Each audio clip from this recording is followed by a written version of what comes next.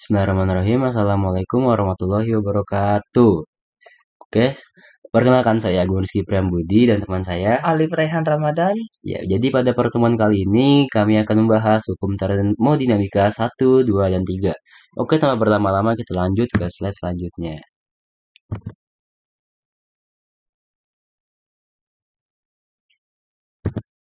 Nah, oke, pada pembahasan kali ini kita kayak yang akan kita bahas pertama itu adalah hukum termodinamika 1, selanjutnya ada hukum termodinamika 2, dan selanjutnya ada hukum termodinamika 3. Langsung ke hukum termodinamika 1 atau kekekalan energi pada sistem.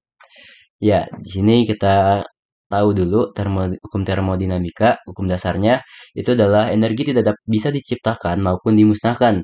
Jadi kita sebagai manusia itu hanya bisa mengubah bentuk energi dari bentuk yang satu ke bentuk yang lainnya. Ya, jadi energi itu bisa dibilang dari alam ya. Jadi tidak bisa kita ciptakan secara langsung. Kita hanya bisa mengubah energi-energi tersebut. Selanjutnya itu dalam termodinamika, jika sesuatu diberi kalor, maka kalor tersebut akan berguna untuk usaha luar dan mengubah energi dalam. Jadi seperti yang sudah dibahas pada pertemuan-pertemuan selanjutnya sebelumnya, itu ada namanya perubahan sistem. Nah, sistem itu dapat berubah ketika sistem itu menerima kalor ataupun melepas kalor. Jadi dalam termodinamika itu kalor itu sangat penting untuk perubahan dari suatu sistem.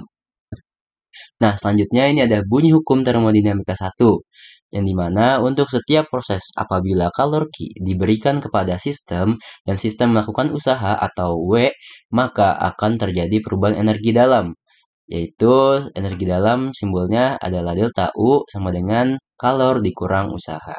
Ini juga sudah dibahas pada pertemuan sebelumnya, energi dalam dan juga energi bebas. Oke, selanjutnya ada siklus termodinamika. Siklus termodinamika berperan sebagai sistem pembangkit tenaga yang menggunakan campuran dari bahan bakar udara. Siklus-siklus tersebut adalah yang pertama itu ada siklus reversible. Itu dari namanya reversible berarti dia siklus bolak-balik. Siklus bolak-balik itu karena dia mengalami perubahan ke keadaan awal tanpa melakukan perubahan dalam keadaan sekitarnya.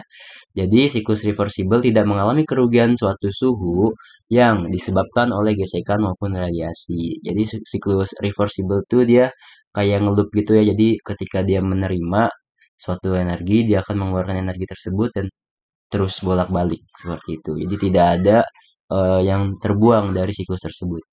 Selanjutnya ada siklus irreversible. Itu adalah siklus tidak terbalik atau tidak bolak-balik lawannya dari reversible.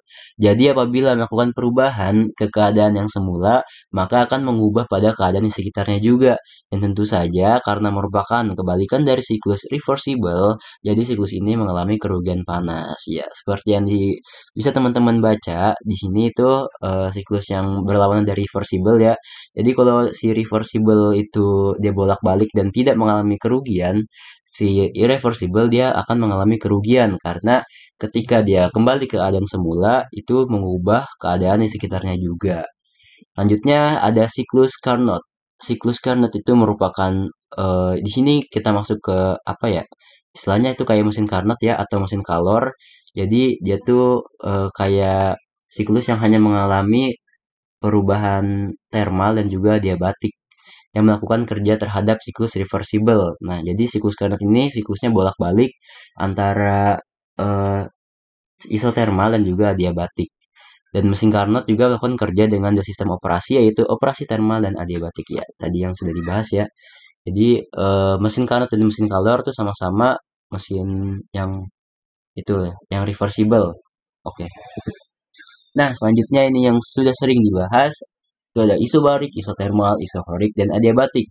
Jadi, isobarik itu adalah proses perubahan sistem yang terjadi pada tekanan tetap. Jadi, jika sejumlah kalor diberikan kepada sistem dengan tekanan tetap, volumenya akan bertambah seiring dengan pertambahan kalor yang masuk ke dalam sistem.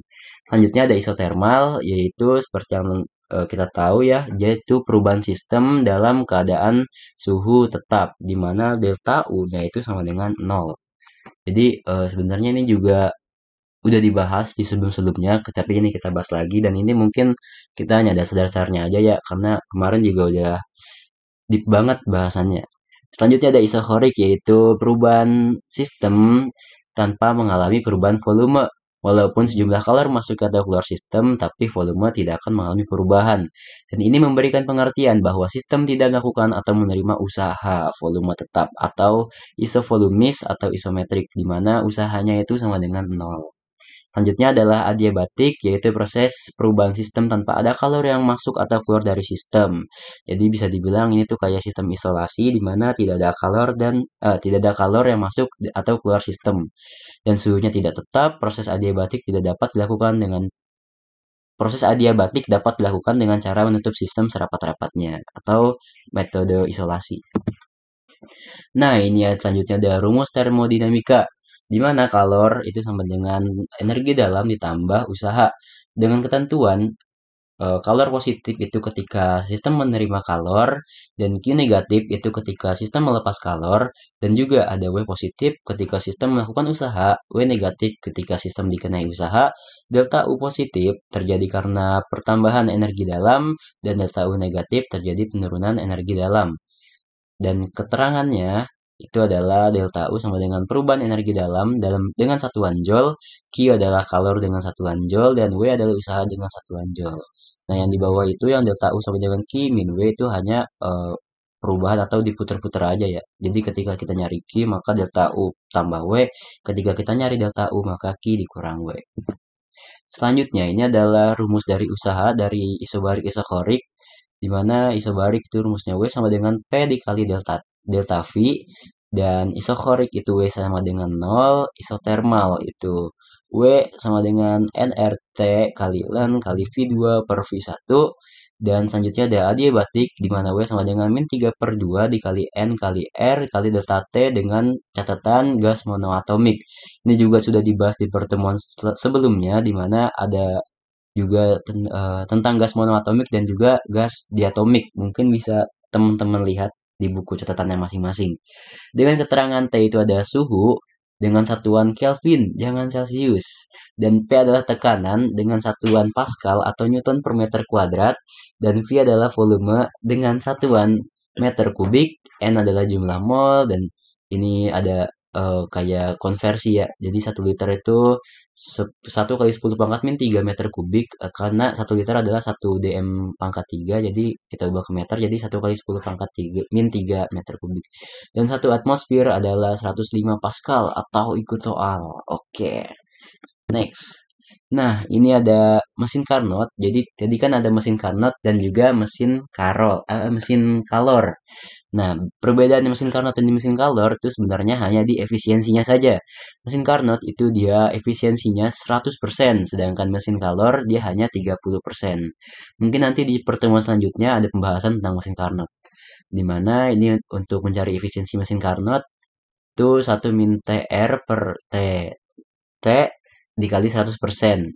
Atau bisa juga W per Q1 dikali 100%. Dan juga untuk mencari usahanya, usaha yang dilakukan dari mesin Carnot itu Q1 dikurang Q2. Atau kalor masuk dikurang kalor yang keluar. Dan juga dengan keterangan ini namanya kayak mu gitu, efisiensi mesin Carnot atau persen apa satuannya persen. TR itu adalah suhu reservoir rendah, atau ya suhu reservoir rendah ya, Kelvin. Dan T gede T kecil ini adalah suhu reservoir tinggi dengan satuan Kelvin, dan W adalah usaha dengan satuan joule. Q1 adalah kalor masuk atau kalor yang diserap dengan reservoir tinggi atau dengan satuannya joule, dan Q2 adalah kalor keluar atau dibuang itu dengan reservoir rendah satuan joule. Oke, next ini ada contoh soal, ini gampang banget. Jadi kita ada soal jika kalor sebanyak 2000 joule ditambahkan pada sistem, sedangkan sistem melakukan kerja 1000 joule, berapakah perubahan energi sistem? Perubahan energi tadi bisa kita lihat rumusnya adalah delta U sama dengan Q min W. Delta U itu adalah perubahan energi sistem atau perubahan energi dalam, dan Q-nya kita lihat kalor sebanyak 2000 joule berarti Q-nya 2000 joule, dan juga sistem melakukan kerja berarti 1000 joule, itu adalah W-nya. Berarti tinggal dikurang 2000 kurang 1000, berarti perubahan dalam energi sistem itu adalah 1000 joule. Jadi sistem mendapatkan tambahan kalor atau sistem menerima energi sebanyak, ya ini penjelasan aja. Oke, selanjutnya hukum termodinamika 2. Nah, hukum termodinamika 2 di mana arah reaksi, sistem, dan batasan. Untuk bunyi hukum termodinamika 2 sendiri yaitu kalor mengalir secara spontan dari benda bertemperatur lebih tinggi ke benda bertemperatur lebih rendah. Tetapi tidak sebaliknya kecuali pada kedua benda tersebut dilakukan pemaksaan dengan usaha luar. Jadi pada konsep dasarnya itu perubahan dari benda yang bersuhu lebih tinggi ke yang suhu lebih rendah. Tetapi bisa juga dilakukan sebaliknya jika terdapat usaha yang dilakukan dari luar benda tersebut. Selanjutnya, ini ada beberapa penjelasan dari beberapa ilmuwan di mana Clausius mengatakan jika tidak ada kerja dari luar, panas tidak dapat merambat secara spontan dari suhu rendah ke suhu yang tinggi. Dan selanjutnya dari Thomson Kelvin Planck, di mana proses perubahan kerja menjadi panas merupakan proses irreversible jika tidak terjadi proses lainnya. Di mana suatu mesin tidak mungkin bekerja dengan hanya mengambil energi dari suatu sumber suhu tinggi kemudian membuangnya ke sumber panas tersebut untuk menghasilkan kerja abadi atau ketidakmungkinan mesin abadi.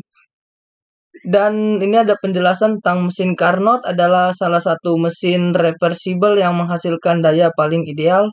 Mesin ideal memiliki reversible maksimum yang mungkin dicapai secara teoritis.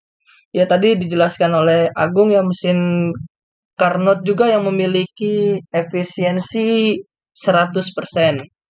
Oke, selanjutnya masuk dengan pengertian entalpi, di mana jumlah energi yang terkandung dalam suatu sistem pada tekanan tetap berdasarkan reaksinya. Jadi entalpi ini dibagi menjadi dua reaksi, yaitu terdapat reaksi endotherm dan reaksi exotherm.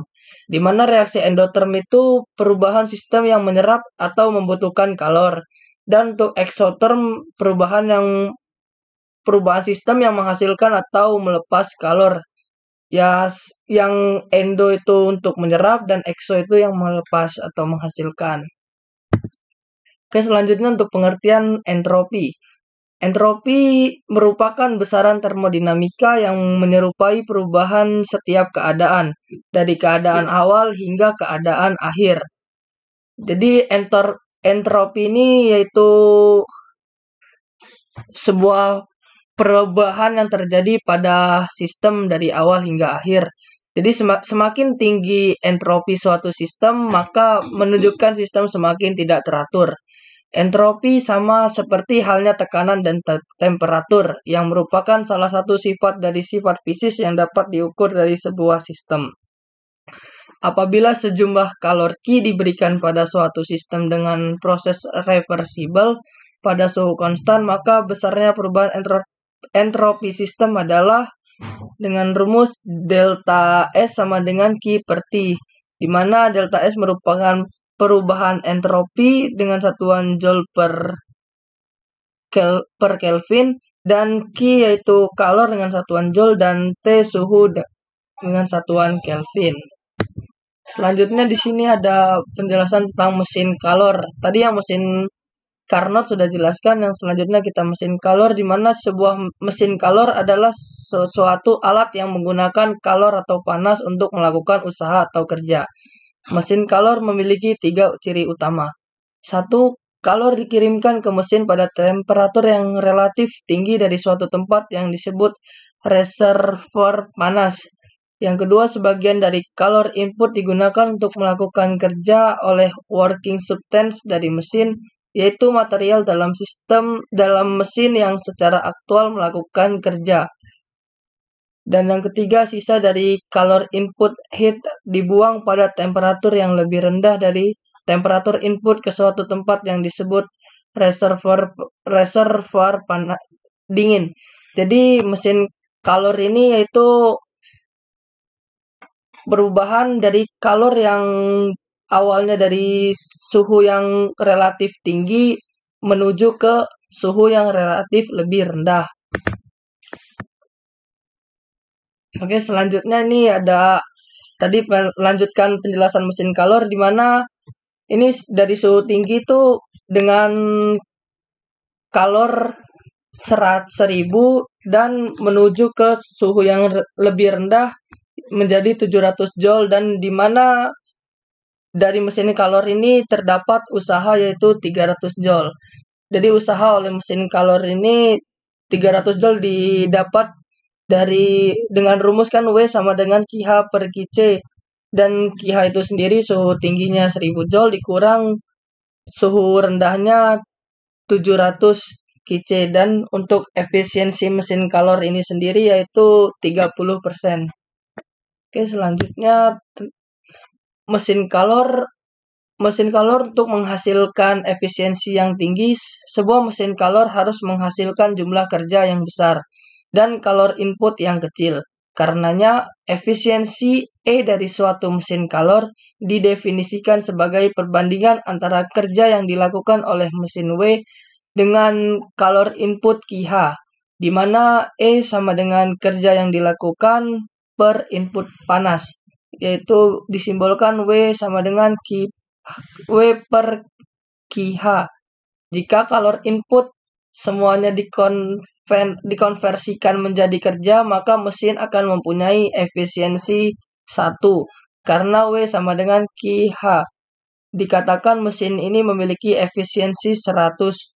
Idealnya demikian, tetapi hal tersebut tidak mungkin karena QC tidak sama dengan 0. Jadi ya, untuk mesin kalor itu tidak dapat memiliki efisiensi 30% karena di sebelumnya kan sudah dijelaskan efisiensinya 30% karena dari QC atau suhu rendahnya itu tidak mungkin sama dengan 0. Oke, selanjutnya refrigerator. Nah, refrigerator ini sebuah mesin pendingin sama seperti mesin kalor, adalah sebuah alat siklus fluida, kerjanya disebut sebagai refrigeran. Siklus refrigerasi yang paling banyak digunakan adalah daur refrigerasi, kompresi uap yang melibatkan 4 komponen, yaitu kompresor, kondensor, katup ekspansi, dan evaporator. Di mana proses ini tidak bisa secara spontan atau alamiah, dibutuhkan usaha luar untuk memindahkan kalor tersebut atau energi. Semakin banyak kalor yang dipindahkan dengan sekecil mungkin usaha yang diberikan, tetapi akan menjadi tidak mungkin apabila usaha sama dengan 0. Penyebab muncul pernyataan Clausius. Nah, jadi ini masih berhubungan dengan pernyataan Clausius yang di awal yang mengatakan jika tidak ada kerja dari luar, maka panas tidak dapat merambat secara spontan dari suhu rendah ke suhu tinggi. Nah, jadi ya yang dimaksud berarti usaha itu pasti ada usaha dalam sebuah sistem kan, makanya dikatakan tidak mungkin, maka dikatakan tidak mungkin apabila usahanya sama dengan 0.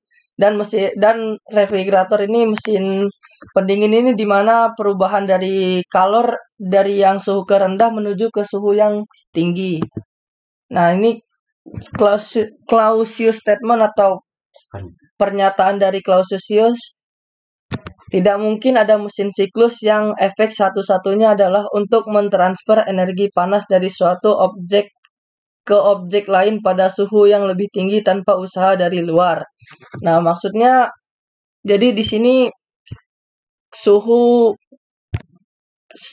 suhu rendah menuju suhu tinggi itu pasti memiliki ada pengaruh dari luar, kan sebagaimana dijelaskan dari yang hukum termodinamika itu sendiri, yaitu hukum yang kedua, perubahan dari suhu tinggi menuju suhu rendah, dan bisa terjadi perubahan suhu rendah menuju suhu tinggi itu karena ada faktor yang mempengaruhinya dari luar. Nah, seperti pada gambar ini. Nah, sudah dilihat. Oke, selanjutnya kita ke heat pumps atau pompa kalor. yaitu suatu alat yang mentransfer panas dari media bertemperatur rendah ke media yang bertemperatur tinggi. Ya ini sama seperti tadi refrigerator dari suhu rendah menuju suhu tinggi. Jadi tujuan dari mesin pendingin adalah untuk menjaga ruangan refrigerasi tetap dingin dengan menyerap panas dari ruang tersebut. Tujuan pompa kalor itu sendiri yaitu menjaga ruangan tetap bertemperatur tinggi. Pemberian panas ruangan tersebut disertai dengan menyerap panas dari sumber temperatur rendah. Ya ini ada sebuah ilustrasi di mana dari perubahan lingkungan, suhu lingkungan dari rendah menuju ke tinggi karena dipengaruhi dari sama seperti tadi usaha atau kerja dari sistem yang di luar. Nah, ini kita masuk ke bagian koefisien performansi atau KP. Di mana jika pada mesin kalor terdapat efisiensi mesin kalor, maka pada refrigerator dan heat pumps juga terdapat yang dinamakan KP atau koefisien performansi. KP dalam konteks mode penghangat di mana dengan simbol KH per W atau KH suhu tinggi dan per W itu kerja. Bisa disamakan Q2 per Q1 dikurang Q2 sama dengan T2 per T1 dikurang T2. Dan untuk selanjutnya yang KP dalam model pendingin yaitu QC per W yang itu suhu rendah dibagi oleh usaha. Nah, ini ada contoh soal ya, di mana ada sebuah mesin pendingin ruangan memiliki daya 500 watt. Jika suhu ruangan itu min 3 Celcius dan suhu udara di luar 20 Celcius, berapakah kalor maksimum yang diserap mesin pendingin selama 10 menit? Nah, jadi kita ketahui itu min P atau daya yang bekerja itu 500 watt atau sama dengan 500 joule per detik dan T1 atau suhu pertama yaitu 27 Celcius dan kita ubah ke Kelvin ditambah 273 menjadi 300 Kelvin dan T2 yaitu minus 3 Celcius kita ubah lagi ke Kelvin menjadi 270 Kelvin dan untuk waktunya itu 10 menit atau 600 detik dan yang kita tanyakan Q2 atau suhu rendahnya di mana kembali lagi ke yang tadi untuk Q2 yaitu QC atau Q2 per W dan T2 atau sama dengan T2 per T1 dikurang T2. Jadi langsung kita masukkan untuk T2 atau suhu akhirnya itu 270 dan T1-nya untuk suhu awalnya 300 dikurang lagi dengan T2-nya suhu akhirnya 270 dikali dengan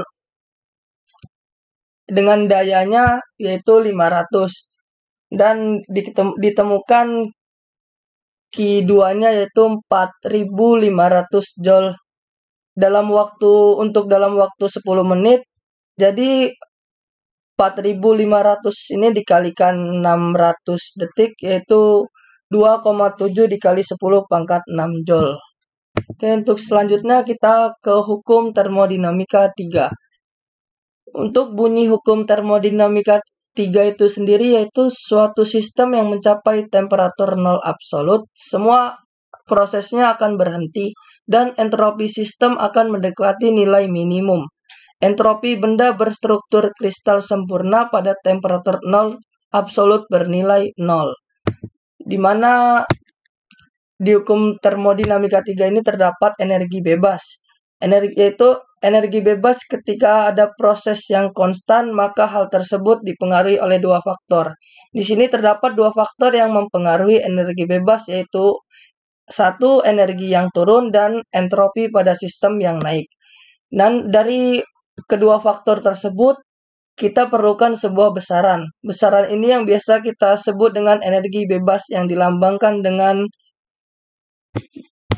delta G sama dengan delta H dikurang T dikali delta S, di mana delta G itu perubahan energi bebas dan delta H perubahan entalpi dan T itu suhu dan delta S itu sendiri perubahan sistem. Selanjutnya ada energi bebas Gibbs. Energi bebas Gibbs yaitu suatu fungsi yang menggunakan entalpi dan ketidakaturan pada sebuah sistem yang biasanya dirumuskan sebagai berikut, yaitu G sama dengan H dikurang T dikali S. Dan ada sebuah pernyataan, ketika delta G kurang dari 0 maka delta S naik spontan, dan delta G sama dengan 0 maka delta H sama dengan T dikali delta S. Prosesnya ini terjadi keseimbangan. Dalam faktor-faktor ini dapat kita rumuskan delta E dikurang S dikali delta S sama dengan 0 dan delta H sama dengan T dikali delta S. Nah, delta E ini yaitu perubahan entalpi, S ini sistem dan dikali perubahan sistem. Dan untuk delta H ini Delta entropi. delta E ini tadi entropi dan delta H ini entalpi. Dan T ini ya tetap suhu. Nah, kita lanjut ke energi bebas reaksi standar. Energi bebas reaksi standar adalah perubahan energi bebas yang terjadi ketika pada sebuah reaksi yang terjadi pada kondisi-kondisi standar. Energi bebas reaksi standar terjadi jika 1 mol senyawa dari unsur-unsur pada keadaan standar dapat dirumuskan delta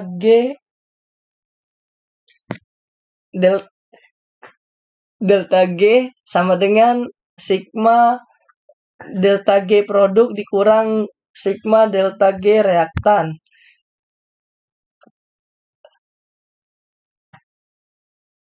Nah, itu sedikit penjelasan tentang energi bebas reaksi standar, dan mungkin di sini sebatas pengenalan dari hukum termodinamika 1, 2, dan 3.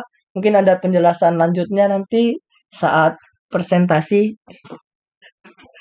Jadi terima kasih, itu saja dari kami. Mohon maaf atas segala kekurangan. Assalamualaikum warahmatullahi wabarakatuh.